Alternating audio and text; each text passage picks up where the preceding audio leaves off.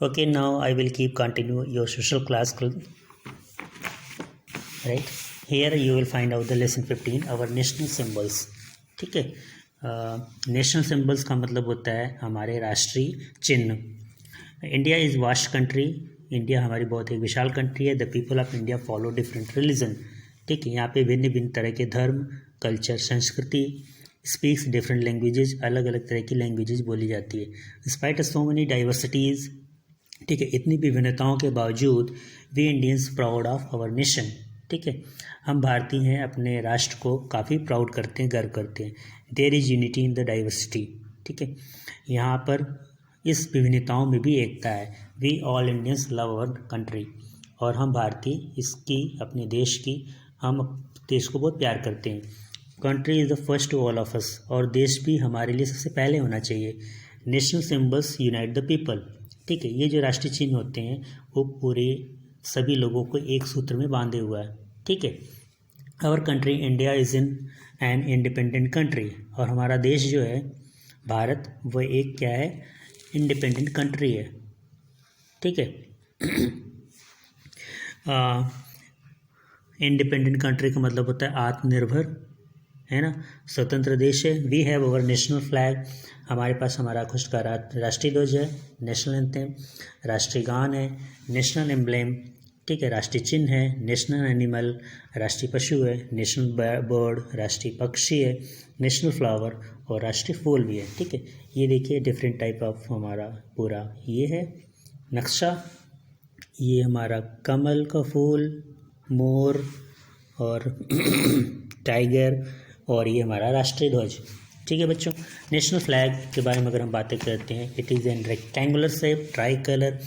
ठीक है, the length of the flag is 1.5 times of width, इसकी चौड़ाई की लगभग 1.5 गुना होती है लंबाई।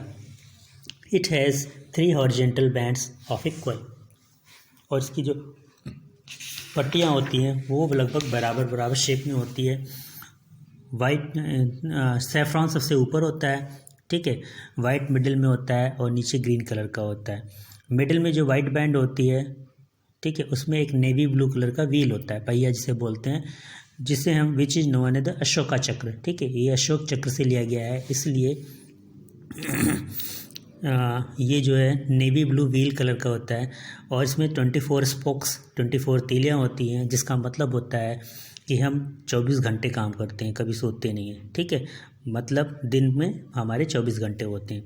The wheel stands for movement and progress, और ये बताता है कि हमें लगातार बढ़ते रहना चाहिए और हमेशा उन्नति की तरफ बढ़ते रहना चाहिए, प्रोग्रेस करते रहना चाहिए। सैफ्रॉन का मतलब होता है साहस और बलिदान। वाइट का मतलब होता है सच्चाई और शुद्धता। ग्रीन का मतलब होता है प्रॉस्पेरिटी। ठीक है, प्रॉस्पेरिटी का मतलब होता है ग्रोथ। हमें लगातार अपनी उन्नति की तरफ अग्रसर होना चाहिए। फ्लैग के कुछ रीजन्स होते हैं, रिस्पेक्ट होते हैं, जिसको हमें फॉलो करना होता है। Flag must never touch the ground. ठीक है, हमारा झंडा कभी नीचे ज़मीन को नहीं टच करना चाहिए। Damage flag should not be hosted. ठीक है, फटा हुआ या फिर किसी प्रकार का वो झंडा जो मतलब कि अच्छा नहीं दिखता हो, वो हम कभी भी उसका झंडारोहण के लिए यूज नहीं करते हैं। ठीक है, saffron band must be at the top, जैसा कि मैंने बताया सैफ्रॉन ऊपर होना चाहिए। Our flag should never be drived over vehicle. ठीक है, हम झंडे का उपयोग कभी गाड़ियों के ऊपर ढकने के लिए नहीं कर सकते, ना ही किसी के अंतिम संस्कार में बॉडी के ऊपर हम डालते हैं।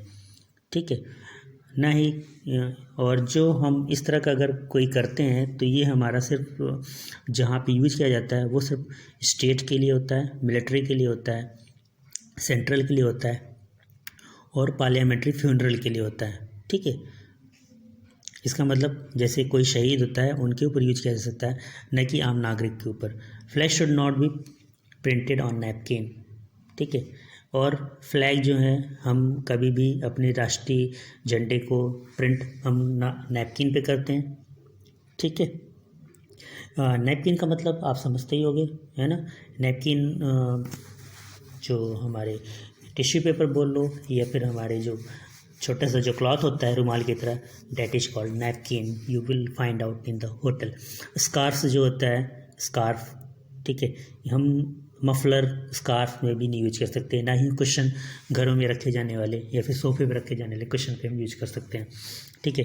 When out in the open, जब भी हम ओपन होते हैं, flag should always be hosted in the sunrise.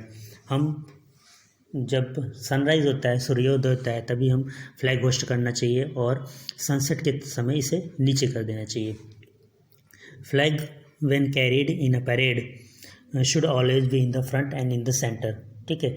जब भी हम परेड में ले जाते हैं तो हमेशा ये बिल्कुल बीचों बीच में और सबसे आगे होना चाहिए। और भी कोई अन्य टाइप के फ्लैग होते हैं तो वो इस फ्लैग से पीछे होना चाहिए, और हमारा जो सबसे आगे जो फ्लैग होना चाहिए वो हमारा ट्राई कलर या झंडा होना चाहिए। ठीक है। और जब भी हम इसके रिस्पेक्ट करते हैं तो हमारी जो पोजीशन अटेंशन की कंडीशन में होनी चाहिए। ठीक है।